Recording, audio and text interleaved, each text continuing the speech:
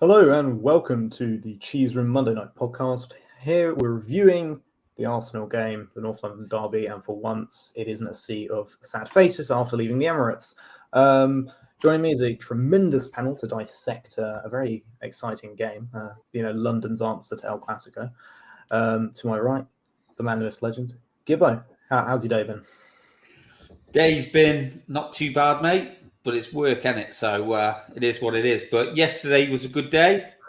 Thoroughly enjoyed it. Thoroughly enjoyed the game. Better result than I was hoping for. Obviously, in our WhatsApp group, Craig called me the buzzkill man. So I didn't think we'd get a result. But enjoyed the game, mate. Like you said, nice to come on without being beaten by them. And in a way, slightly disappointed that we didn't get more from the game. But we'll come on to that later, mate. But thanks for having me on. Lovely to have you on as ever. And someone who I seemingly always do the show with, Becky. Nice to have you back. How's your day been? Very good, thank you. I taught French with Year 4 this afternoon. That was quite fun. Our days are just crazy because Jack's playing basketball and my eldest is dancing and it's just like ships in night. But yeah, looking forward to talking about the show. I'm a bit like Gibbo. I was slightly disappointed at the end, but I'd have definitely taken a 2-2 draw before kickoff. So, looking forward to talking about it. And one of my best mates, Isaiah. Welcome back. Yeah, thanks for having me. How's the weekend been, mate? How's it been? Pretty good. It could have been a lot worse for a weekend with a North London derby at the Emirates, but just sort of to repeat what's been said, it was. It was bittersweet because I was happy to be walking away from the game saying, we could have gotten more from that and still coming away with a point in what was always going to be a really tough game. I mean, I had 4-2 to Arsenal, so much better result than that, that's for sure. I'm just saying I predicted 2-2, so. I predicted 4-2 as well. Was it 4-2 I put in the group? Or was it 4-1? They definitely had 4. Yeah. Anyway, so we'll go on to the game. So first thing we'll talk about lineup. Was anyone particularly surprised? I'm going to be honest. I was surprised to see Porro and Brennan start. Gibbo, what did you think? What were your first reactions to it? I wasn't surprised to see Porro starting, mate. I think Ange just set his stall out. That's his back four. Porro's a lot better going forward. Creates more chances, is better on the ball. So I wasn't surprised to see him. I was a little bit surprised to see Johnson, but not too surprised. I think, we've Ange pushed for him. He's expensive signing, so he's obviously a player that the manager wanted, and arguably, probably better than Solomon. So I wasn't that surprised.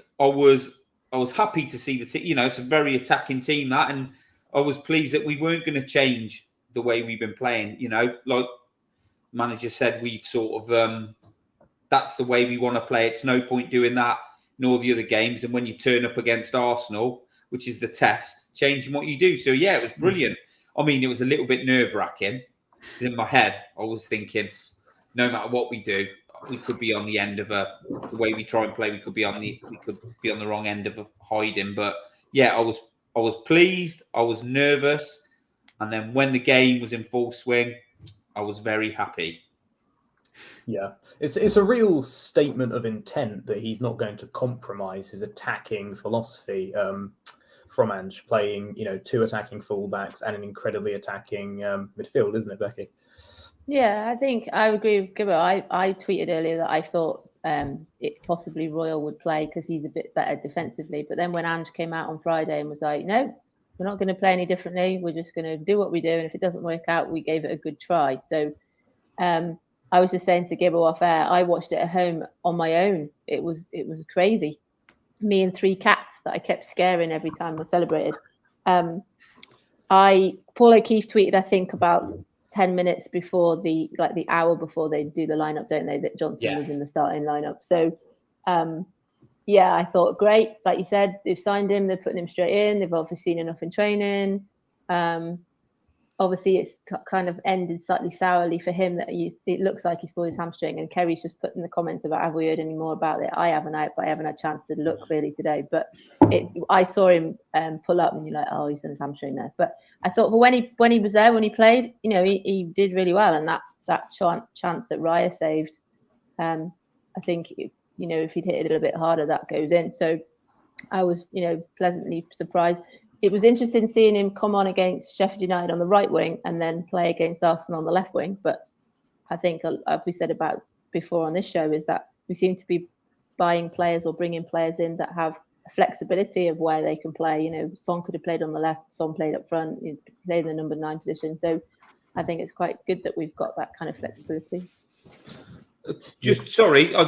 Before we go to Isaiah, I think Paul O'Keefe said, I looked before I come on, that the Johnson injury they're thinking is more to do with fatigue and tightness more than, which is obviously better because a hamstring would probably see him out until after the international break, wouldn't it? Yeah, he didn't look like he was in an insane amount of pain. Yeah, he looked okay, which seemed, so it seemed a bit odd to me. But anyway, that it is quite a brave and bold move by Ange to start Brennan just, not even on his natural right side, start on the left. What did you think about that, Isaiah? Because I was quite surprised. I thought it had been put out wrong, the formation. Well, I sort of figured that it was going to be positionally fluid between him and Sonny. I just felt like he's putting him on the left because he wanted a combination with Udogie when they could get into those positions. The pace and running power of both of those players, I think he was hoping for combinations between them on that side. And when we get into tactics, there's a bit more to be said on that. But I think he was just trying to get who he felt like were his strongest 3 attacking players on the pitch together, and it made most sense to him to keep Decky on the right. So that meant Brennan went to the left, and like Becky said, I think he did really well for sort of his first. It's his first start, and it's his first huge occasion for the club as well. And kind of to be thrust into it like that, I think he didn't set the world alight, but I think he certainly availed himself well. Yeah, I'd have to agree. Go to you, Gibbo. I thought the first 20-25 minutes or so was something we've seen pretty much every time I remember us going to the Emirates, bar our 2-0 win in the League Cup a few years ago. We didn't look great. Would you agree? I thought we looked a little bit like we're struggling with their press early on. And, we didn't look like the team we've looked so far this season, first 20 minutes or so. Yeah, I think their press was really good, to be fair to them. First sort of 20 minutes. They're at home, aren't they? The onus is on them. They really got after us. I thought, like, Maddison and Bissouma just taking one or two touches too many, getting the ball out their feet too slow. We were struggling to progress the ball up the pitch. And when we did sort of get it up there, we were making wrong decisions or not making the right pass. And we were under the cosh. But I sort of felt that, they put us under the cosh and they went 1-0 up. And then I think from the minute Jesus blazed that one over, but I said this in our group, mate, it was like Bissouma's a brilliant player. And I think when he starts playing from that deep position, then we start ticking. And then after that, it was as if they booked up. And then Bissouma started getting on the ball, started committing players moving forward, which allowed Maddison to get up the pitch more. So and we started to become, at times, the better team. We were outplaying them. But the first 20 minutes was tricky. But the best thing about that is, mate, we hung in there. And we stuck to our principles. We tried to do the same thing. I mean, like the keeper's passing it to the 2 centre backs, and at times you're thinking we're losing the ball, and people aren't sort of showing for it as much as you thought they would. But we kept trying to do it, even when we lost the ball. And there were a few hairy occasions to come on to. Obviously after the goal, Udogie passes it back to no one. but we still kept trying to do it. And in the end, we got our act together. And that's a good sign. Yeah, that doggy pass, that was slightly terrifying. Heart in mouth for a moment there. One of the interesting things Maddison came out with was the half time and told him to keep playing those passes, keep playing that way. And he said, if it doesn't work, it's on me, but keep playing that way, have that bravery. And I think that's a spectacular mentality to have. So then obviously they got their very lucky scuffed deflected goal. Becky, do you think we're a bit unfortunate to concede in that sort of fashion? Like in general, I think they got very fortunate there. Yeah, so I think if you, like you said about the Udogie thing, that I've watched a lot of kids football, feels like lately, because my eldest has been refereeing, and it just felt like a kid's back pass, and it was like you said, they just didn't seem to start well. We've said this though, they didn't particularly start well at United, didn't particularly start well at Burnley, so it is quite a common thing to not particularly start well. But yeah, I thought it was a great save from Vicario, and then when Maddison got his, he kind of, I'm forgetting the order, but when he got his pocket picked and Jesus blasted over, it was like, right, okay. But like they said, they're given the bravery to keep going and they're told to keep going at it. And I agree with everyone said so far. Bissouma was getting intercepted and it just looked a little bit nervy. We had the early bookings as well, didn't we? That, and talking about all the people that have never been in the North London derby before and how many of those are so young and have stepped up. So it was all brilliant. And then, I think the defending wasn't great, I didn't think, for their goal. Whoever it was on this side had gone missing, whether it was Udogie or whether Kulusevski was not tracking back. But basically, you could see, because obviously on TV, we're watching it from behind Saka. So he just kind of curls it, doesn't he? And, I said to Jack about it, Romero shinned it in, but did Vicario have it covered? Maybe. But, it's like, it goes back to the Brentford game, wasn't it, when they had that lucky deflection off Van der Ven. We're not getting beat by worldies here. The goals that we're conceding are quite unfortunate ones. But yeah, I didn't think it was a great thing. I didn't get so angry about the celebration as quite a lot of people on Twitter did. They didn't seem to like that you should have did Madison's celebration. But I think you could see it was coming. They were kind of building the pressure. It just wasn't defensively great from us, really. No, there's definitely some defensive frailty there. I mean, to be honest, after the goal went in, I went and made some toast, so I didn't, watch the next couple of minutes. Isaiah, do you think that, after they scored, because for me, what it looked like was after that, we really woke up and went up a gear. Would you agree?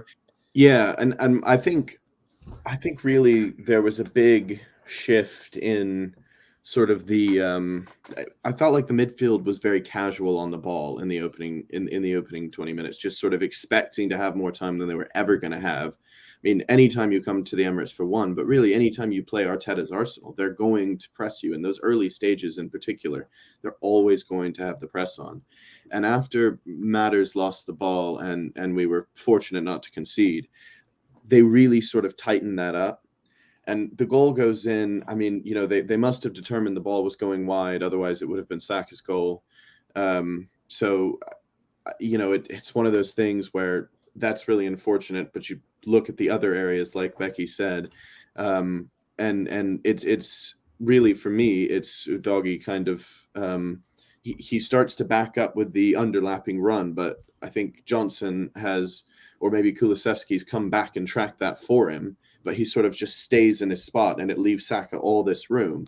And I mean, generally with that kind of room and on his left foot, you'd expect, or on either foot really, you'd expect Saka to finish. So, it's unfortunate, yes, that it looked to be heading wide, but it's deflected in. But you have to do better in those defensive situations to prevent that sort of thing from happening. But the response was really good. They immediately said, all right, we've conceded playing this way, but we're not going to go into our shell. We have the way we're going to play, and that is going to get us through this. And it did, and it got them on the ball. We took over possession of the game. By the end of the half, we'd had the vast majority of it, and really put the pressure on them, got the goal, which brilliant from Maddison against Saka. And I think really that just was a big wake up. Those two moments, the goal and Maddison losing the ball, I think were the big wake up calls for the team. Regarding Romero, like King Hoddle's put here, Why did he go with his left foot? He had time to go with his right. That is, I think Romero makes rash decisions, doesn't he? I think he's just obviously he swung for it. I mean, if he'd have left it and it had gone to two of the players who were waiting behind him, it's a goal, and we're saying, why is he not put something on it? So he's sort of damned if he does, damned if he doesn't. And it's just sort of like they were putting the pressure on, and I think he's made a bit of a rash decision. I know we'll come on to the penalty, but I think players like Romero, it either his way of defending either looks brilliant or it looks reckless and stupid, because he's fully committed, isn't he? He's always fully committed. So I just think it was a little bit of, caught wrong-footed, and he's just gone with his wrong foot and shanked it in. Was it Dier who did that against someone last season? Can you remember that? Probably. Yeah, I can't remember which game was it against, Beth? It was somebody half decent. Was it Newcastle or Liverpool? It was home. It was at home. Oh no, it was when he shanked it out for the corner?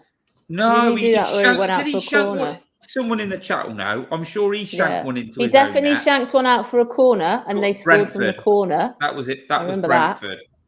Yeah, he's done a shanker in his own net. I'm sure he has. But yeah. But going back to just before that though, that header from Jesus where he kind of came around the back post and headed over, and Vicario saved it. We just looked a bit all over the shop, which is why I think, like you were saying then, I was sort of, it's heart in mouth, playing out from the back in a North London derby.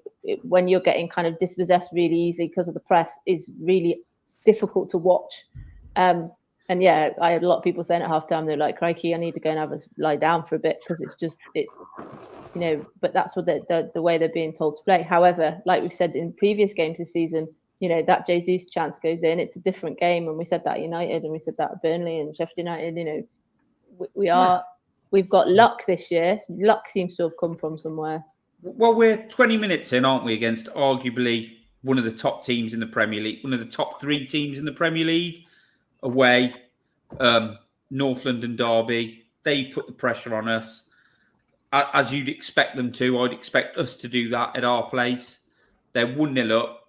They're piling it on us.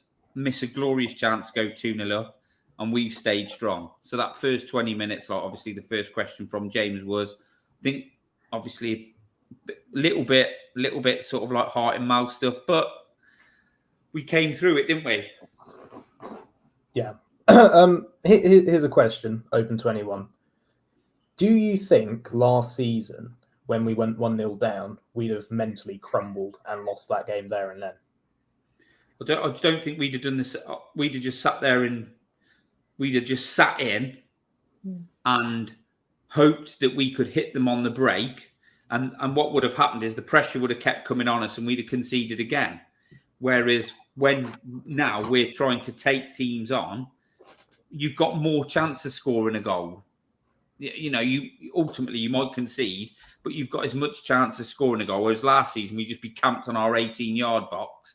So that's the difference, isn't it? We not just we'd have mentally cracked. I just think we'd have been completely ill prepared for what to do after. Yeah, I think the response in previous seasons, and we said it on the show before, we don't feel quite so disheartened if we go behind or if we concede a goal. We just think, all right, we can get back in this. So, I was saying the same thing last week after the Sheffield game. So anyway, we have quite a good response after that, and we start having a couple chances. Do we think maybe Brennan Johnson could have done a little bit better, or was he just very unlucky with his shot that was saved? Isaiah. Oh, I mean, I would say he's just rushed it a bit. His technique is off. He's brought his plant foot way too far forward, and so he struck it off of his plant foot. And it's easier to rush those chances than it is to not. I mean, you're in a huge game, your first huge like game really in his career, probably, because Forest have their own rivalries, and he's played in important occasions, I'm sure. But as far as being at the highest level, most of the eyes in the country are on that game. it's a huge occasion, and it's really easy to rush that. But yeah, I do think, if he sets himself, he had a bit of time. If he sets himself and strikes the ball correctly, Raya's got no chance getting to that. So that was certainly a missed opportunity, and there was a couple for him, though we ended up scoring shortly after the second one of his missed opportunities. But I think it shows that certainly he can get into those positions, and when he's a bit more comfortable in the squad and in the group, he'll be scoring quite a few goals for us, I think.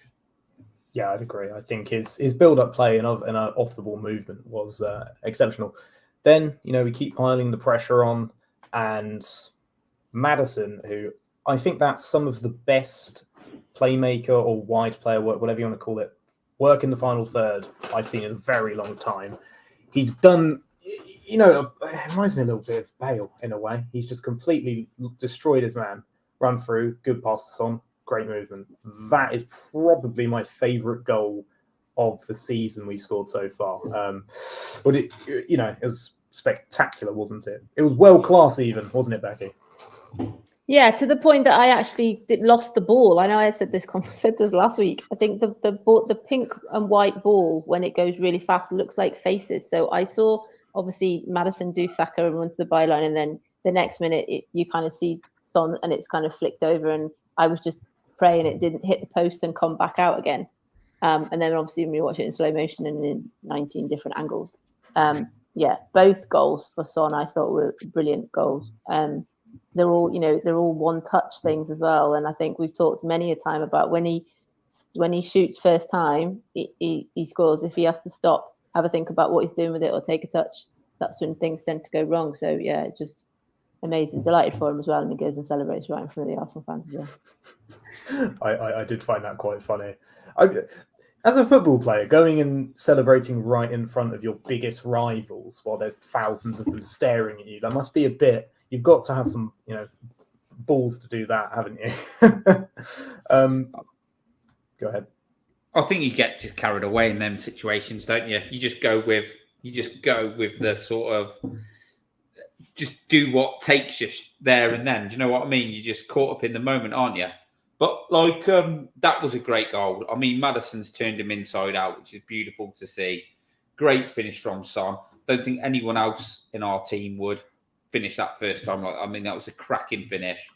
But what I did just want to just slightly go back on, the Brennan Johnson chance you said he had, he did scuff it, didn't he? He didn't catch it properly. Raya made a good save, but, you'd like to see him catch that cleanly. He ain't saving it. And then in the build-up to that goal, he had another chance, didn't he? He first of all, he had the chance.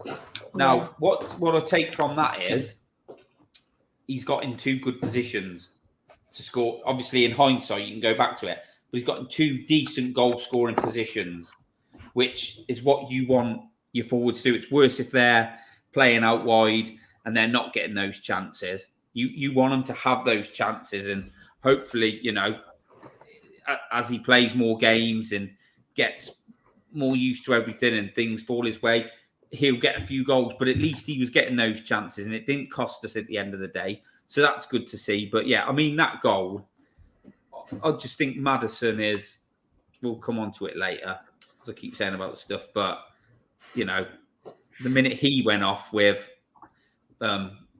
Son, our attacking threat sort of died, which we'll talk about later. But yeah, just a fantastic bit of play. And the ball across to Son as well. It wasn't just like smashed across and hoping somebody gets onto it. It was actually put in that position, wasn't it? And brilliant finish by Son. Brilliant finish. Yeah, spectacular. Favourite goal of the season, even more so than his Maddison's absolute worldie against Burnley. So anyway, it's 1-0. We go into half-time 1-0. I was quite happy with that. Then the incident that is going to surely spark a lot of discussion occurs. The penalty.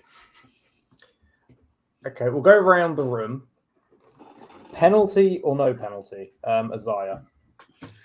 Oh, he started with me. I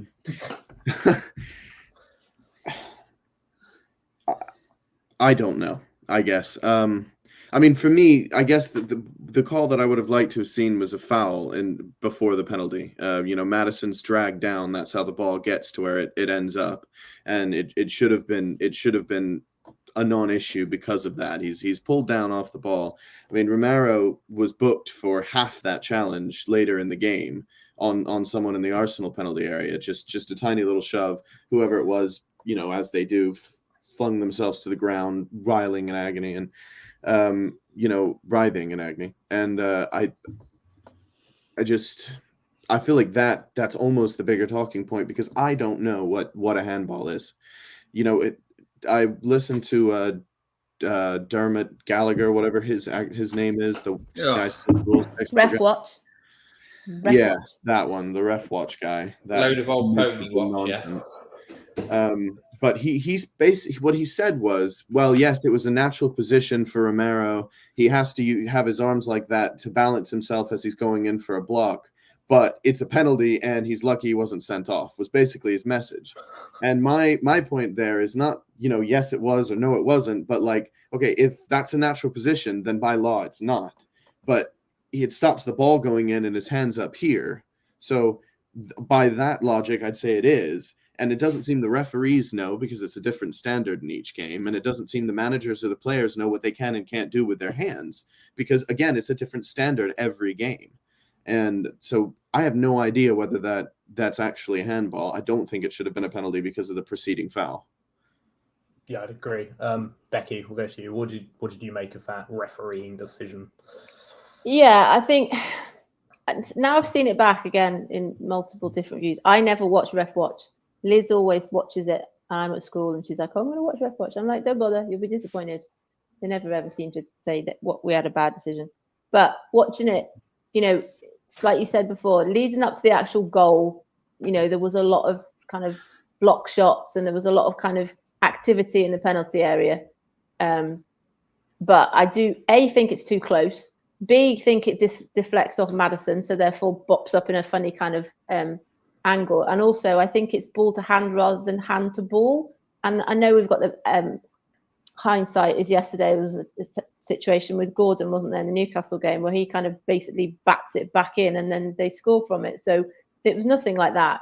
Romero didn't move his hand to the ball, but his hands are in a funny position. So I wasn't surprised it was given.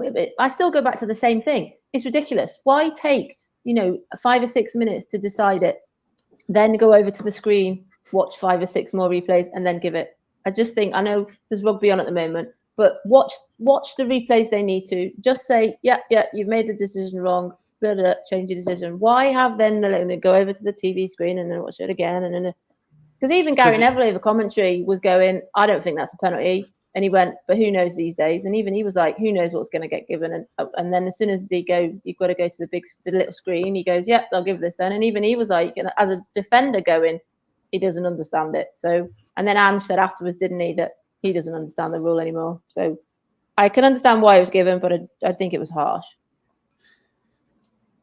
I mean, look at Jack's comment, James. I mean, that ball came further out. That wasn't even close. It was a shot from distance in the Man United game. But, I mean, was it a penalty or not, according to the laws? Don't know, because I don't know what they are. But the minute it took so long, the minute they kept replaying it, I knew they'd give it. I mean, those people, so the referee's not giving it, it's gone to VAR. Those people in the VAR room know the rules as well as the referee. They all know the rules. They're looking over that for minutes, yeah? Looking at it in slow motion, not in the speed it happens. They're looking at it in slow motion, which obviously makes it look worse. They've been watching it. The referee's not give it because he thinks it's obviously ball to hand. So they're watching it, and then they bottle making the decision and say to him, you need to go to the screen and look for yourself. Whereas if the actual rule, if there's a clear rule that it was ball to hand and his arm's not in a natural position or unnatural, whatever shit they say, then they should just say, nah, it was ball to hand, couldn't do anything about it, and no penalty. But they bottled it. They've bottled it and just handed it over to him. And then as soon as it goes to him and he's going to the screen, he's changing his decision. You know that's going to happen. And the whole thing's a farce. So was it a penalty? I don't know, but I don't know because I don't know the rules. But I knew they'd give it. It's just like as if you just stood there watching it, thinking, just give the penalty, just delay the agony. It was funny. I thought just watching Romero's facial expressions, and they kind of like kept showing on it, and that was funny to see his reaction to it. He's like, yeah, whatever. But the whole thing's just a farce, isn't it, Becky? Like going through that. I mean, if they've watched that 10 times in slow motion, surely after the third time you can make a reasonable decision if you know the rules of the game and you're going to abide by them. So it's just ridiculous, and I think they bottle these decisions, throw it back to the referee, and put it on his toes. They all know the rules. They should all know. They're all referees or ex-referees, aren't they? In VAR, are they all? They're all in select group. They're all current centre referees. They're all current. They just so they all know the rules. It's just a load of old nonsense. I'll put a question to you, because do you think it was the other way around and we were the ones appealing for the penalty? I don't think we'd have got it because it's at Arsenal.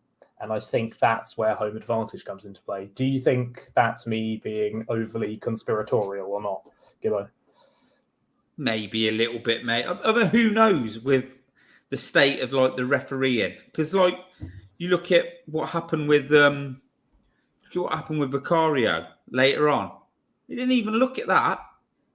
That's a clear and obvious the amount mistake. of times I've seen yesterday saying if that was in the middle of the pitch, bearing in mind if you think about the bookings. So we talked briefly there about how Sarr, Udogie, Bissouma, I think later on Romero, had bookings and how well they played being booked in the first half. I know Romero's was in the second half, and Romero's was just for argy-bargy, wasn't it, in the penalty area, I think. How well they played on those bookings, it being so young and in their first North London derby and all that sort of stuff. It was just kind of like the way they sort of played. It just shows that Arsenal got these decisions, and we said last week we didn't want it to be, or I said I didn't want it to be down to a dodgy VAR or a dodgy penalty, and they got the penalty, and I was just so pleased with the way we kind of reacted afterwards. But before we sort of talk about that, it's just if you find the super chat and put the super chat up, we were saying about the defence, and I think the defence really kind of did grow in confidence. I must admit I didn't notice it so much myself yesterday, but so many people who were at the game were like Van der Ven should have been man of the match. He was just everywhere. I can remember a couple of times in the second half where, not that they were particularly a threat, but there were times when they were sort of bursting forwards, and he was just there reading the interception or reading the runner, and he's just, again, like we said this last week, you just can't believe he's hard. He's only been here 5 minutes, and he just looks so comfortable. And I saw Davo put in the chat before that Romero probably did have his worst game so far this season. The fact that he hasn't made any fouls yet this season, and I disagree. He didn't get sent off, did he? But he was a bit too involved, wasn't he, Romero? It was too much about Romero, really. In previous weeks, we've not really been saying anything about him. Yeah, I mean, he's obviously scored the OG, swinging a leg, and the ball's hit him for the penalty. But you've got to put your body in there at that point. If it's a derby game, that's what you want your defenders doing, putting their body on the line. That's why Van der Ven scored a couple of own goals, because he's putting his body in the way. I don't think he did have that bad a game. Apart from that, I thought he was good on the ball.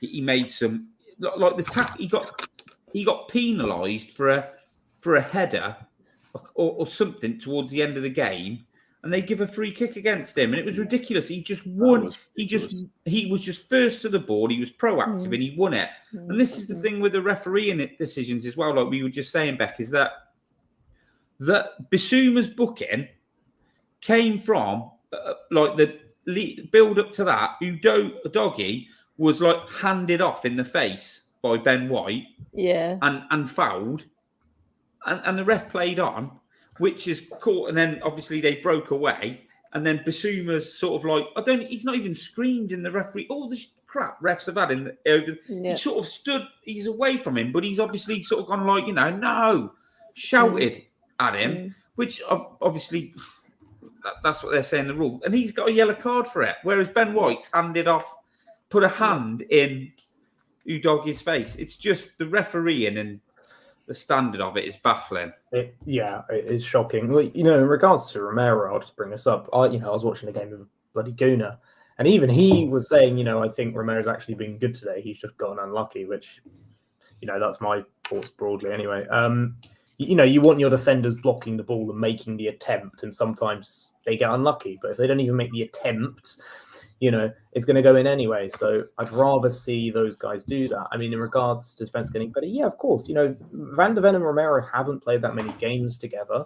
They probably don't know each other super well yet. As they build up that relationship, as Udogie gets more used to the Premier League, as Porro gets used to defending a bit more and playing that inverted role, I'm sure all of them will definitely get better. So thank you for super chat. Appreciate it. Does support the show. But we'll just moving on. Did we all see the goal? None of you nipped off to the toilet or get a cup of tea or anything, did you?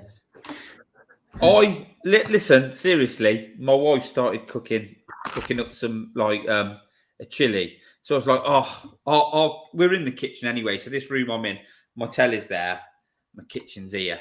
So I'm like, I'll brown this mince off.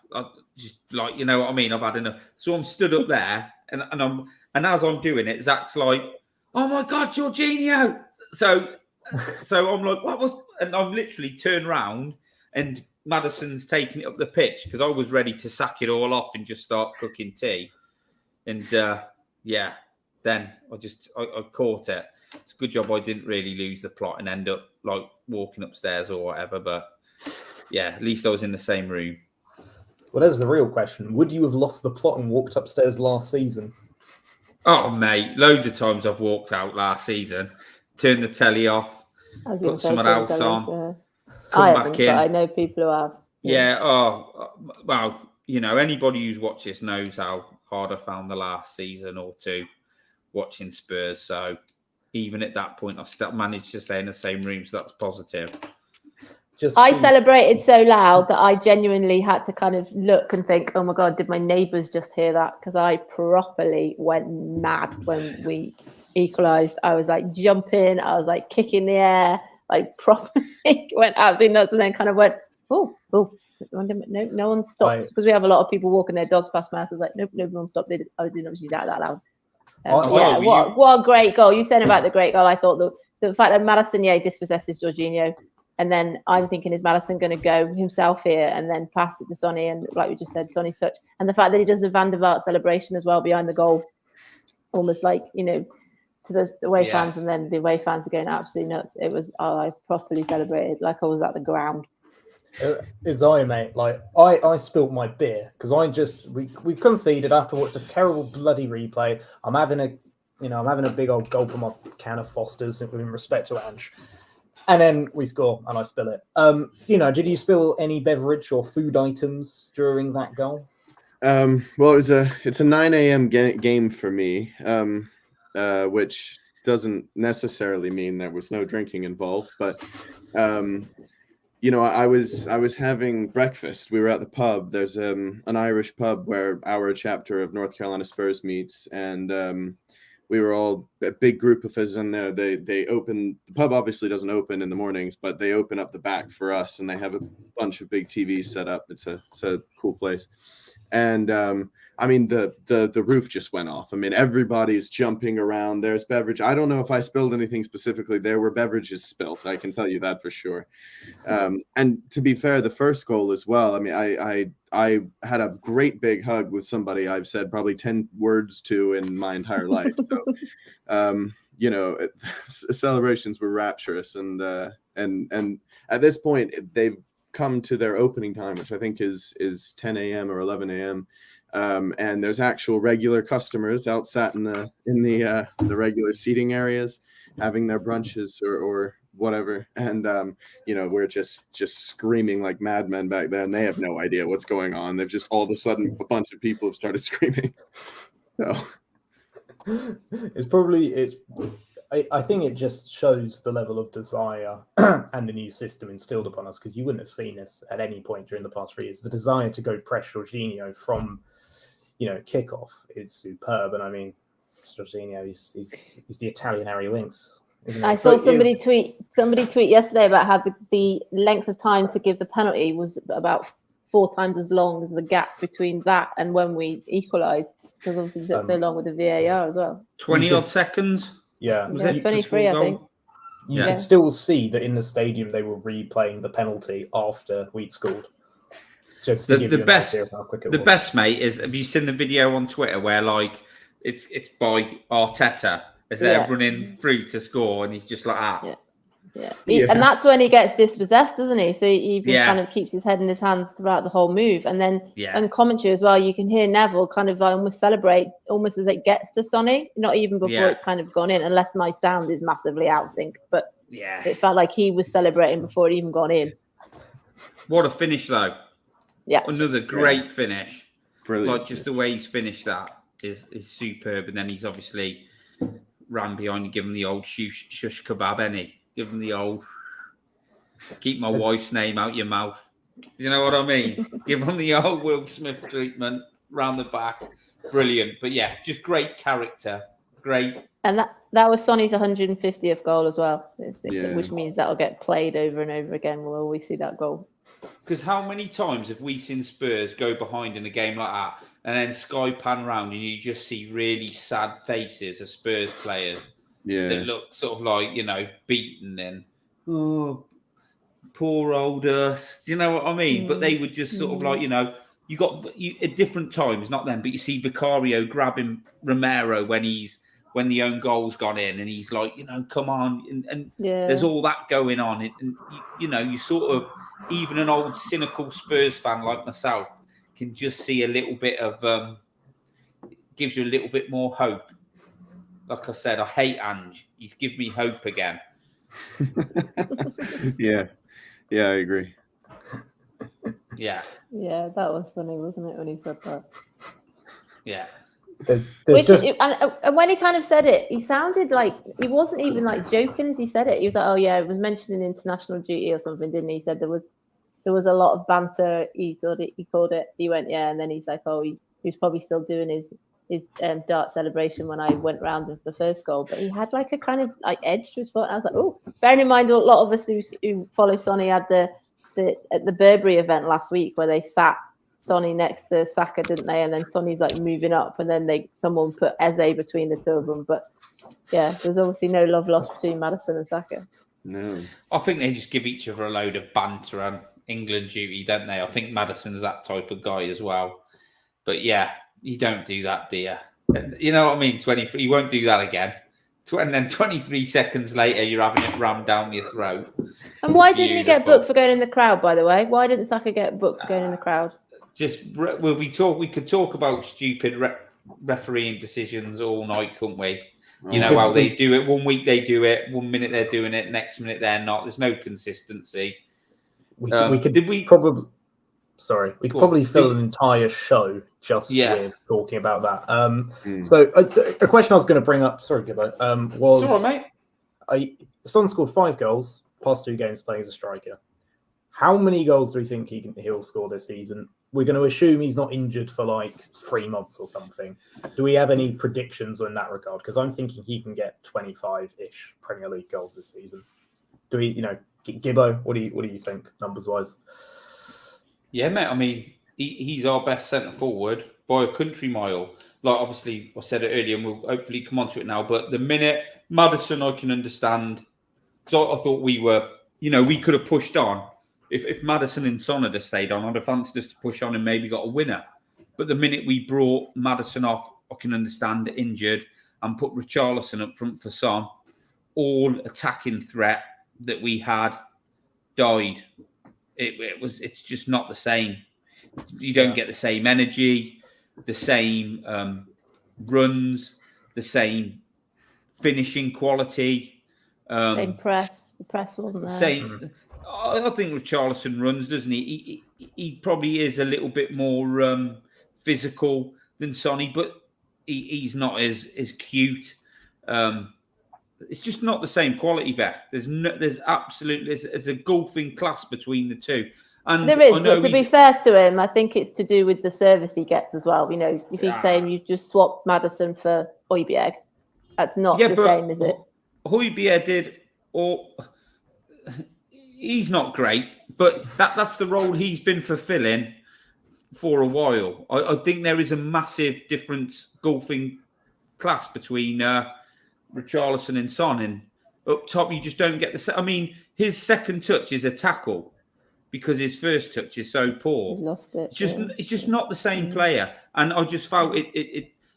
And we weren't booming in crosses against them, like against Sheffield United. That's what we had to sort of resort to in the end. And you got Perisic coming on who can deliver a ball. We haven't got that now.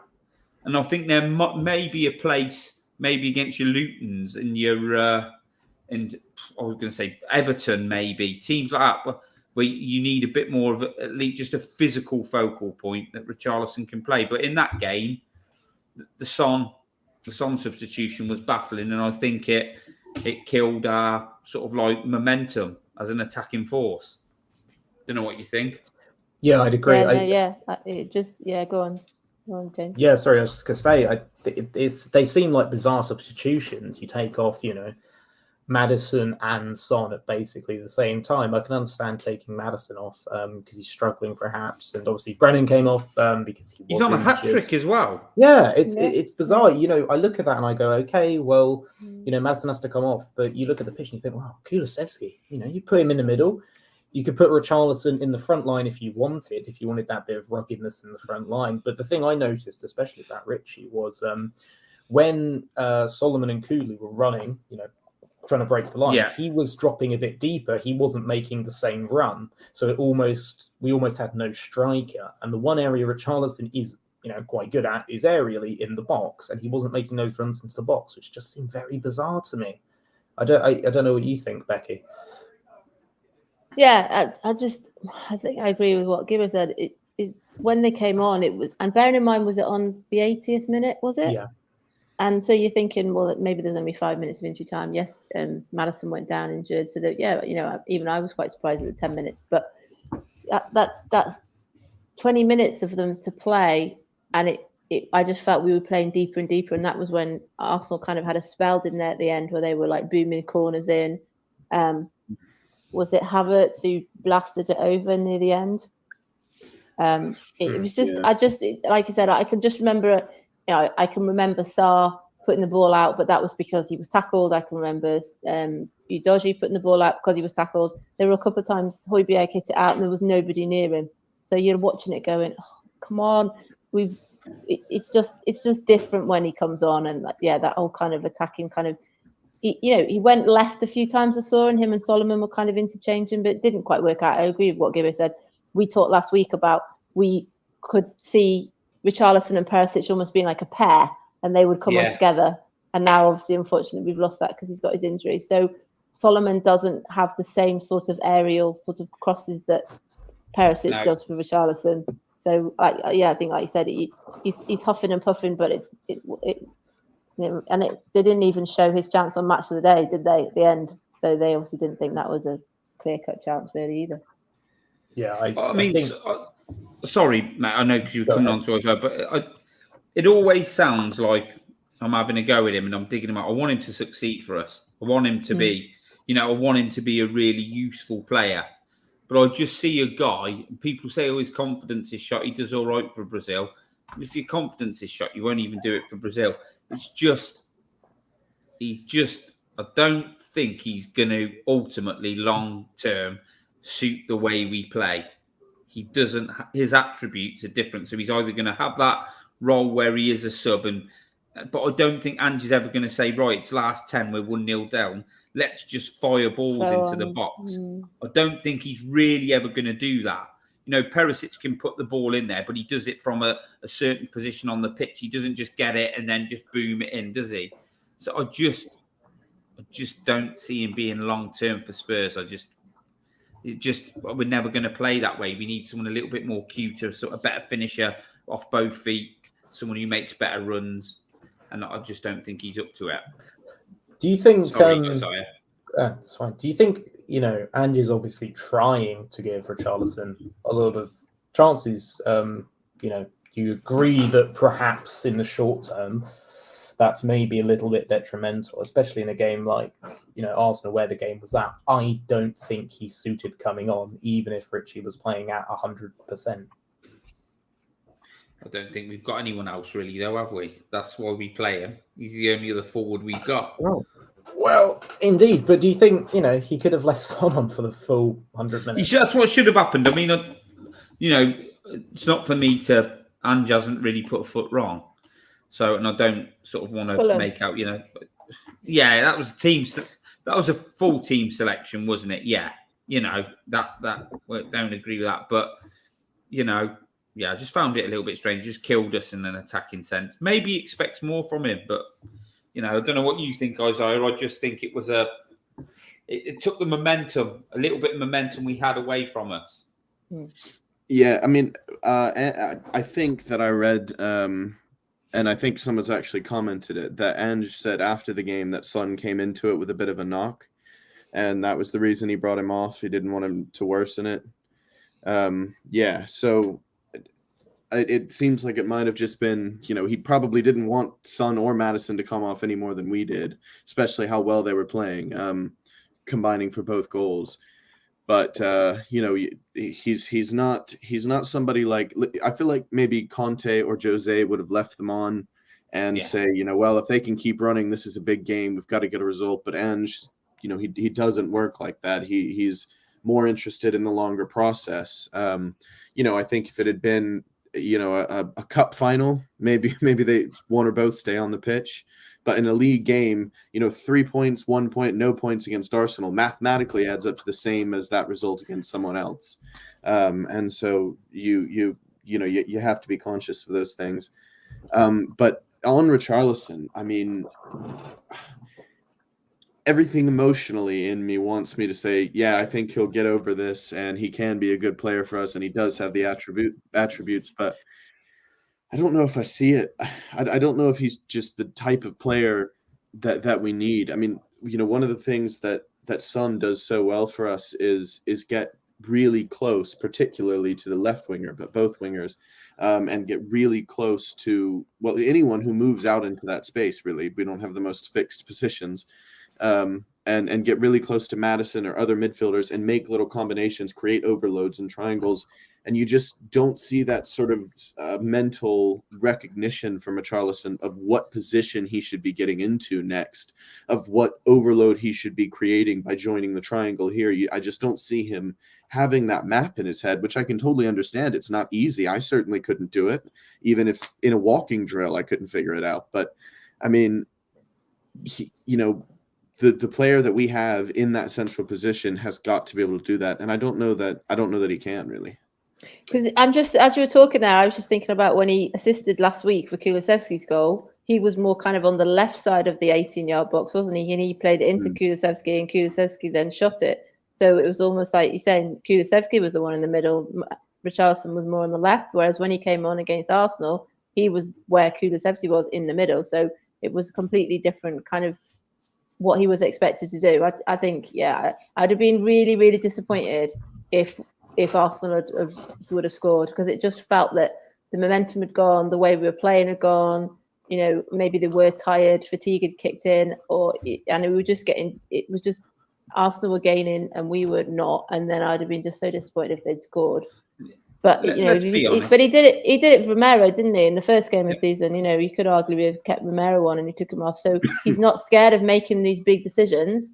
He's just very lucky because they haven't really been dramatic, ones that have been a mistake yet. We didn't lose the game, and so it's okay. I mean, let's be honest, Beck. Like Son, and what we're saying really, when we go, Son's finishing is of a much higher standard than his. I mean, the 5 goals that Son scored this season, Richarlison's not scoring one of them. Not one. Yeah. Probably the second one yesterday, he'd have more chance because you're sort of one-on-one with a keeper and you've got to pick your spot, maybe. But the other 4, he's not doing that. And like I said, I felt at the point before they come off, we could nick a win. I felt that, until they went off. And then I think sort of it all, then that went out the window, and I'm sort of like watching it then thinking, just got to hold on now, hopefully get, from a corner maybe or something like that, but let's just get through this game. Whereas before that, I'm thinking we can nick the win. Kick on. Yeah. It felt like all momentum was killed because they were really struggling with our pressing at that point in the game. We looked leaps and bounds ahead of them, but it just felt like I felt very deflated after that. I was sat there thinking, why are you making this change? Like, I get there's fitness issues. You don't want him to pick up a serious injury. You want him to be fit. So, we've got another big game next week, which we'll talk about a little bit later. But, as a fan, it felt bad at the time, didn't it? So we'll move on. So it turns out we've made a signing that we're all very excited about. This chap, whose name has briefly escaped me. So does anyone know anything about him? Apparently we've agreed to sign him in 2025 on a 5-year deal. 16, isn't he? He's only 16. Yeah. The biggest fee ever paid for a 16-year-old at his age, which I have to say. If Levy was willing to cough that up, bloody hell, this lad must be really good. £12 million. I thought you said biggest feet then. I have not measured his feet. Luka Vuskovic. There you go. Yeah. And it's good that it's gone through, because there were rumours that it was that Perisic was as part of the deal, and obviously Perisic now his contract will kind of end while he's injured, but it hasn't stopped this transfer. So can this guy actually come to us until he's 18? He can't. I don't think so. I'm guessing that's why he's not coming until 2025. Apparently, that's a Brexit thing. I've read that's a Brexit thing. It's not that the club's saying they're loaning him back for 2 years or whatever. That's just the way it's a Brexit thing now, apparently. Yeah, there's obviously issues with work permits and under 18-year-old players. I mean, they're still legally a child, right? But are we happy to... Oh, sorry. Go ahead.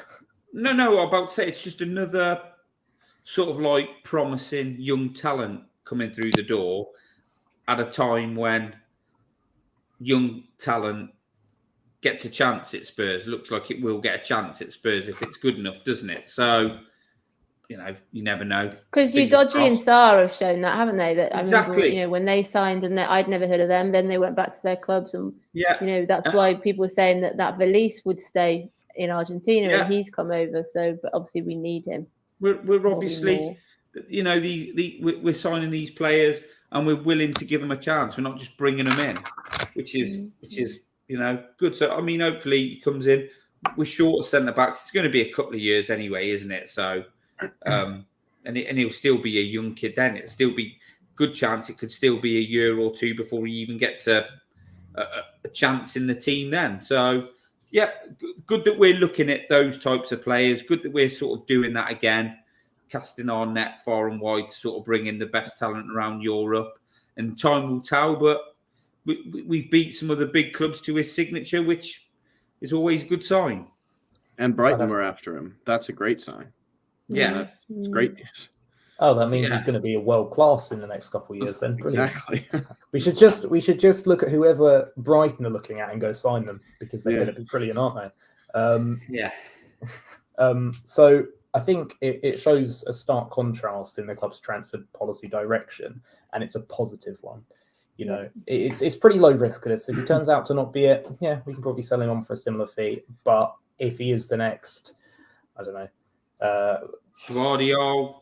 Guardiola, Maldini, whoever. If he's the next one of that, well, we've got him for a steal. If he's the next Van de Ven, we'll be happy, won't we, for 12 million? Yeah. But it's right, though, isn't it?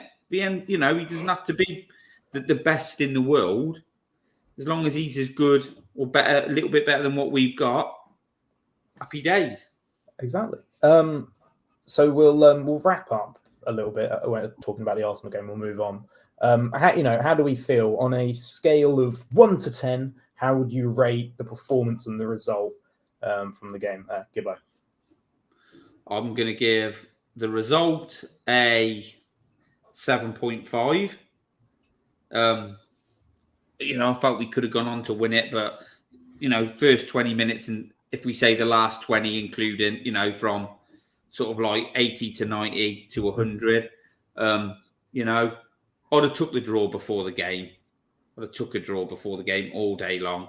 After like last year under Conte waving the white flag and, you know, just to not get beat for the first time there for a while was a good feeling. But the performance, the way we went about it, I'm giving the performance and how we went about it a 9. Because we stuck to what we're all about. And it doesn't matter. We went 1-0 down, went 2-1 down. We stuck to what we believe in. And that's the more we do that, the better it will be. That's what I want to see. And it was just for the first time for a long time, mate, I'm watching Spurs and enjoying it. Even the big nervy games like that yesterday where you think people are going, messaging going, oh, I'm feeling sick. An hour before kickoff, half hour before kickoff, I can't stand this. But you're watching it and you're just thinking, we're having a go. We're going toe-to-toe with arguably one of the best teams in the Premier League away from home. A team where, you know, everybody wrote us off, didn't they, during the week? Spurs didn't stand a chance. Going to get battered.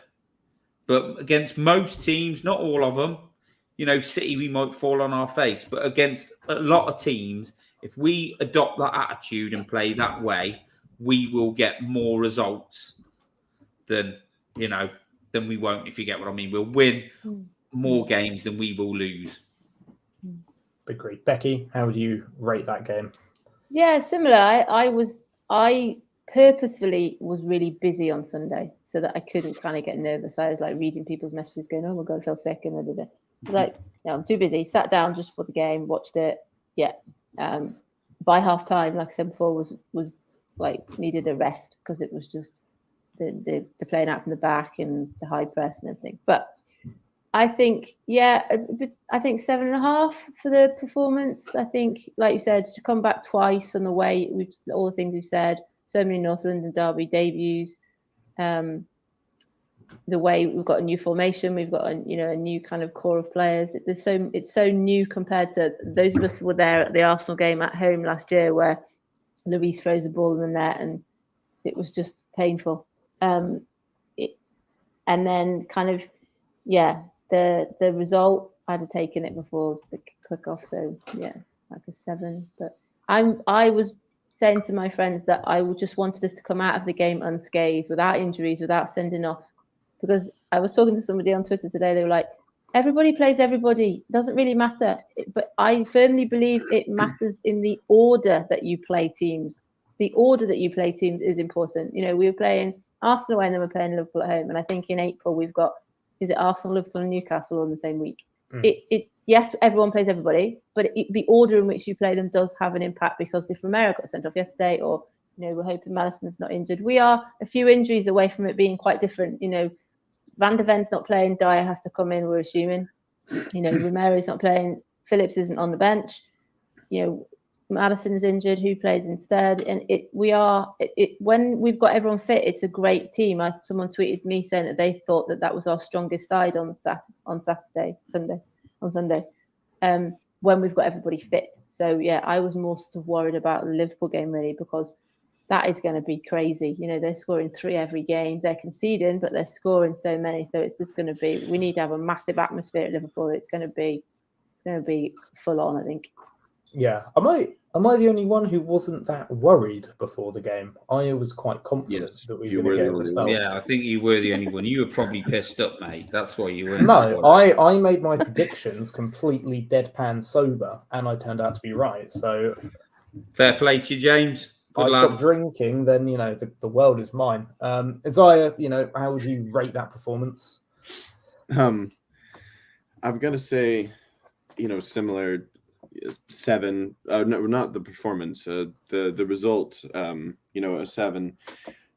Because again, like everyone else said, going in, I'd have taken it. But after the game, you're thinking, and I know they'll be thinking somewhat similarly about Rice having to go off and the equalizer coming from his replacement losing the ball. But you know it's just inevitable. You feel that way when you have a really hard fought draw with your fiercest rivals. You come away thinking like, glad we didn't lose. Would have been really cool if we'd won. that's just sort of par for the course. But in terms of the performance overall, I think the approach was excellent. The way they went about trying to play was really good. I think really for me, it was Udogie's first half and Johnson for me, who I felt like didn't play badly and played well, but they could have been made a pretty big difference in the way that game played out, and they didn't.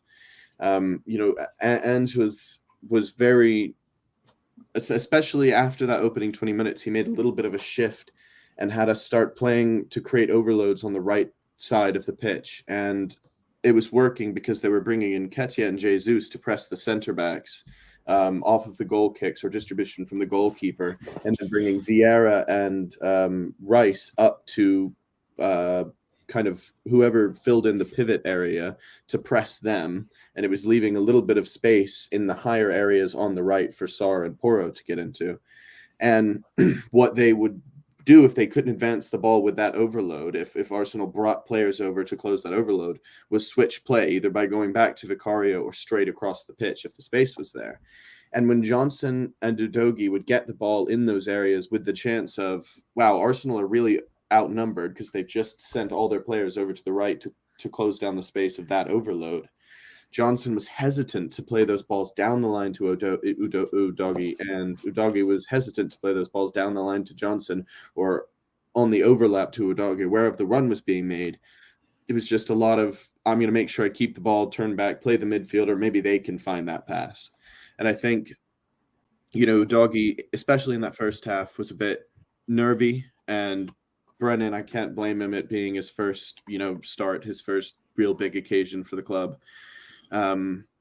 But so I would give the performance an 8, because I think those elements, there's just such a clear area for improvement, just the confidence in the system. When they have the confidence in the system, we'll start to see those kind of iffy starts fade away because they'll be in their rhythm from kickoff. And you won't have to see them grow into the game. You'll see players like Johnson, instinctively, because they've been doing it for a while, sending those passes in behind to Udogie, and that's when we'll start getting 10 out of 10 performances, because we haven't really had one yet, and which is encouraging because we haven't lost yet either. And I think, an 8 is good for me because I think the effort was there. There was a lot of quality, but there's those elements where, when we get comfortable and confident in making those things happen immediately, it's going to be tough to play against us. Really tough. Improvements can be made, can't they? Like they'll say about Arsenal, Martinelli not being fit, Trossard, Bentancur wasn't fit for us. What people forget. Like I know Becky said earlier about Spurs' best team, but Bentancur's not fit. He's probably one of our best players. Yeah. In that midfield role, he wasn't playing. And like Isaiah said, so we weren't really at it. We played well and we stuck to our guns and stuck to our principles in what we do. But for the whole game, we weren't bang at it. We weren't at our best. So, I think we did really well in that game, considering people forget that, we were good, but we can still get better, and we know that. We had more possession than Arsenal, arguably the second best team in the league, in their own backyard. Like that's ridiculously impressive, regardless of where the possession was. I thought for large parts of the game we were better than they were. I'd have to give it an 8 in both regards. I mean, the result was expected. I think maybe we could have won. If everyone was fully fit, maybe we could have won. It's a huge boost in confidence and really makes me feel like Isaiah's going to owe me 50 big ones at the end of the season. So I'm feeling pretty good about that bet now. How are you feeling about it, Isaiah? You feeling nervous about that 50 quid? A little. I've called it still a long way to go. And we don't have a huge squad. I mean, injuries could really throw a fork into things. Is that a saying? Well, it could throw a fork into things if that's what you want it to throw. Or a spoon, or a spanner, a spanner, or a hammer. Anyway, so next game up is Liverpool. So how are we feeling about that, especially based off of our most recent performance? And should we be going into the game expecting that we get a win? Go to you first, Gibbo. Now, obviously Arsenal's a massive game. I always want to beat Arsenal. They're our local rivals.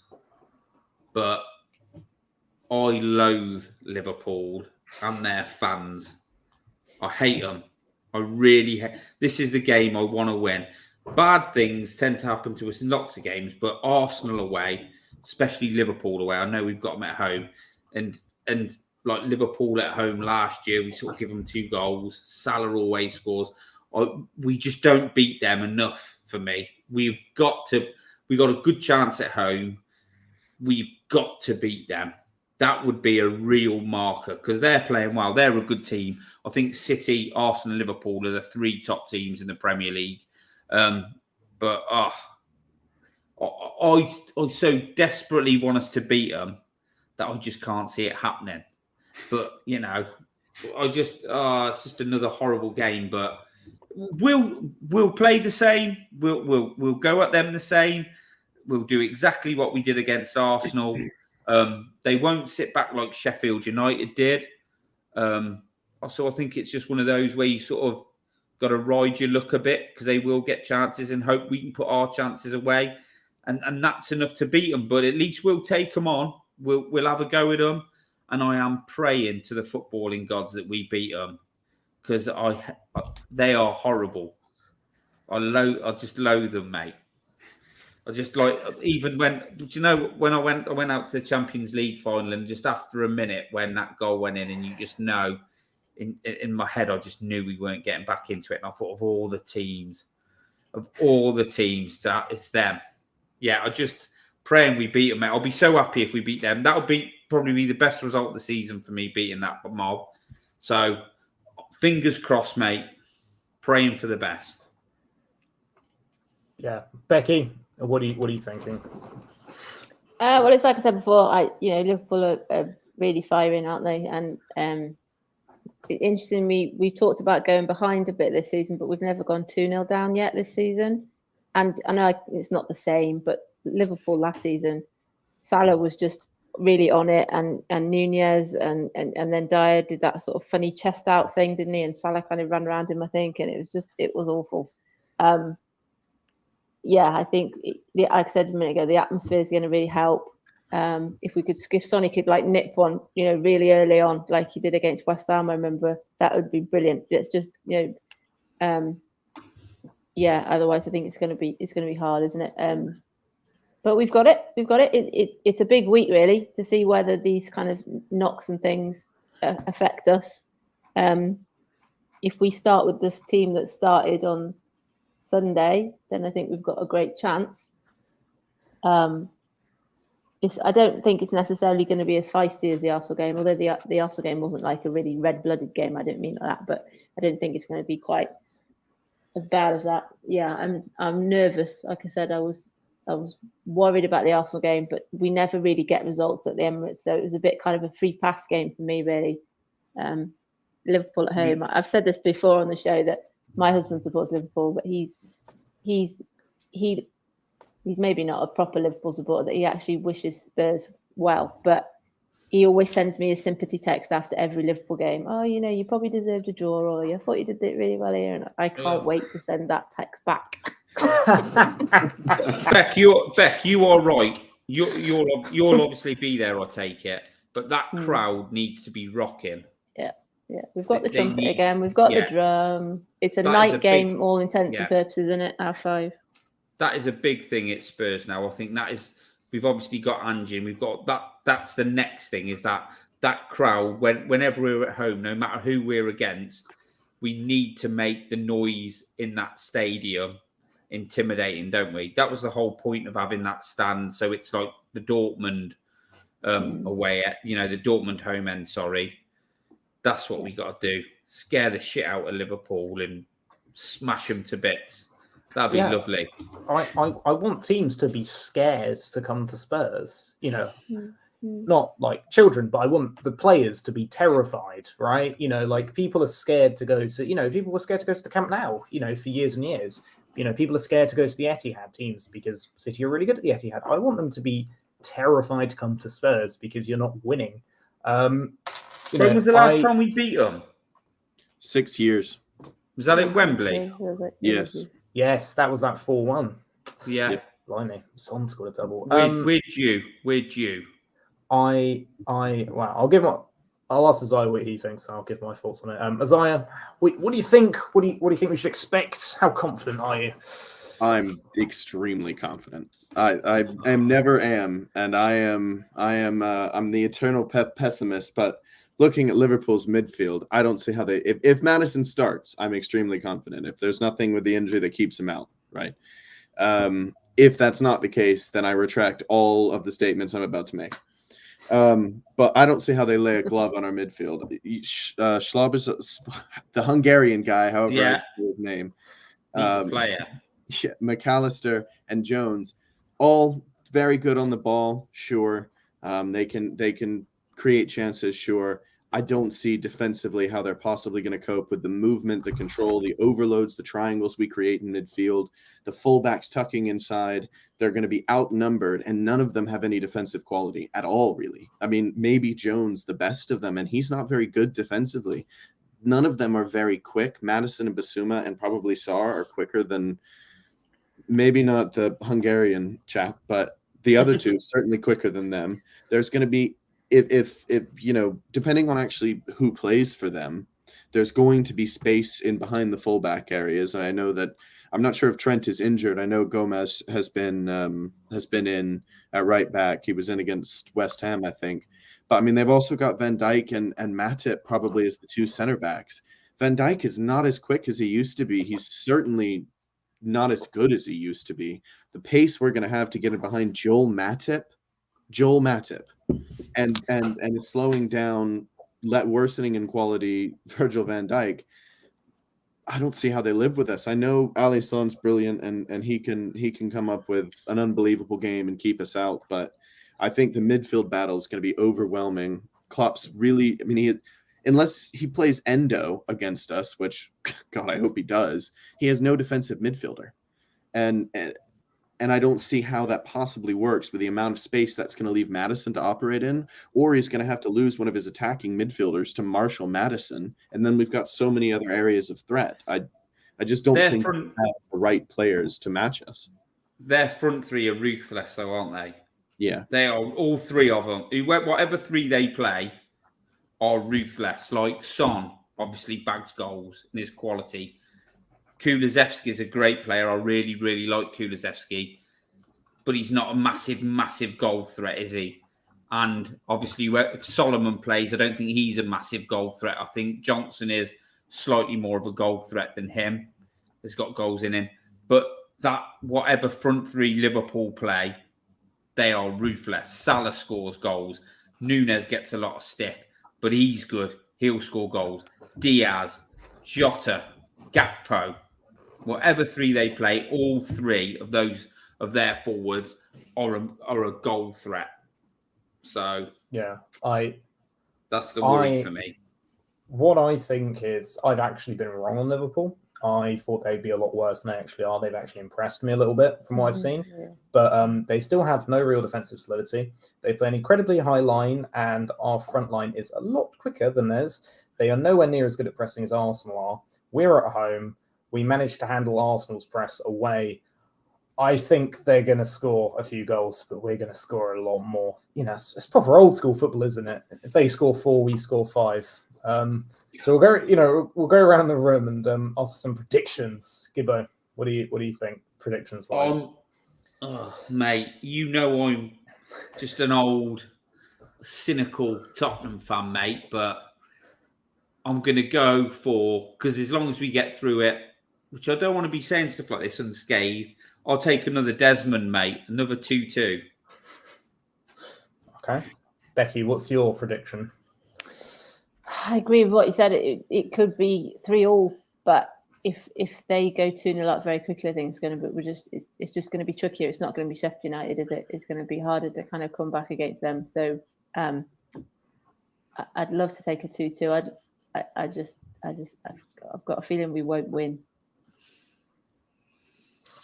Okay. Because we never do, Beck, isn't it? Sorry, it's because very rarely beat Liverpool. It's hard to predict beating them. They're just one of those. We got too many teams that we don't beat often enough. They've become like our bogey team, haven't they? Yeah. I like James's paratrooper though. We're 7-3 to Spurs. That would be quite fun. Yeah, we'll have some of that. Isaiah, what's your analysis? What do you think's going to happen? Again, I don't think they'll be on the ball enough to hurt us to consistently. There will be counterattacking opportunities. I think they'll get two. It just seems to be the ball seems to be rolling into our net in unfortunate ways. And like Gibbo said, they've got nothing but quality, a few positions deep onto their bench for it as far as attacking players go. I think they'll be frustrated, but have some opportunities on the counter, and I think we'll win 5-2. 4-1, James. 4-1. Because do you know what? To be young, Becky, and not have come from the school of art. He didn't say who to. He just said 4-1. Yeah, 4-1 Liverpool. 4-1 Spurs. Thing is, I was right when I predicted last week, and I'll be right again this week. It'll be I hope you are. 4-1 or 3-1. No, I'm going to go 3-1. I'm going to change it. I'm going to be more realistic. Ultimately, they're going to want to play over our high line. They have very good front three. Difference is, big Mick. He is rapid, as is Romero, and I think we're going to be fine. We're going to dominate possession. We're going to be very press resistant. They are not press resistant. We're at home, if our favourite man in the show, Stevie, if he buys everyone a few free drinks, get the crowd up, we'll just scare them. I think they'll deflate. They won't have an answer if we take the lead, because as soon as they really push that line up, Son, Brennan Johnson, it's just going to be open season, isn't it? They're going to have nothing against it. So easy win for Spurs 3-1. Might go behind, but it's going to be easy for us. So we'll have some of that, James. We'll have some of that. Just going to say, 91 of you watching, only about 50 likes. Please do smash the like button and subscribe if you're enjoying the show. Anyway, we will be back, I believe, on Wednesday and Friday to preview the Liverpool game in slightly more depth and to get other people on the show's takes and not just mine. Anyway, James and Isaiah have been drinking. I've been. Isaiah, have you been drinking? Nope, totally sober. Anyway, we've been going for about an hour 22. So, Gibbo, thanks for coming on. Pleasure to have you. No, mate, it's been a pleasure. I haven't done a Monday for a while. Whilst we've been getting good results, it was nice to come on. Not been on with Becky for a bit, not been on with Isaiah, so it was good to have good chat, mate, good comments, all sort of all respectful and good banter and stuff, mate. So yeah, it's been an enjoyable weekend and an enjoyable show tonight. So thanks for having me on, mate. Of course, it's been a pleasure to have you on. Becky, it's a pleasure to have you on as ever. Thanks for having me. Great hosting. I hope I'll keep that positivity from you throughout the week, and hopefully that's what happens on Saturday. We'll be there. We'll be setting off same sort of time, even though it's 5:30 kickoff. Get as much the atmosphere as in, and then hopefully next Monday I'll be back and we'll be talking about a good result. Yeah. Let's hope you're sending them texts to your husband, Beth. Yeah. Isaiah, pal, thanks for coming on, and look forward to me texting you about 3 a.m. because I'm going out clubbing now. Okay, sounds good. Yeah, cheers. Thanks for having me on, mate. Great job today. Thank you very much. Well, anything else left to say is, come on, you Spurs. Come on, you Spurs. Come on, you Spurs.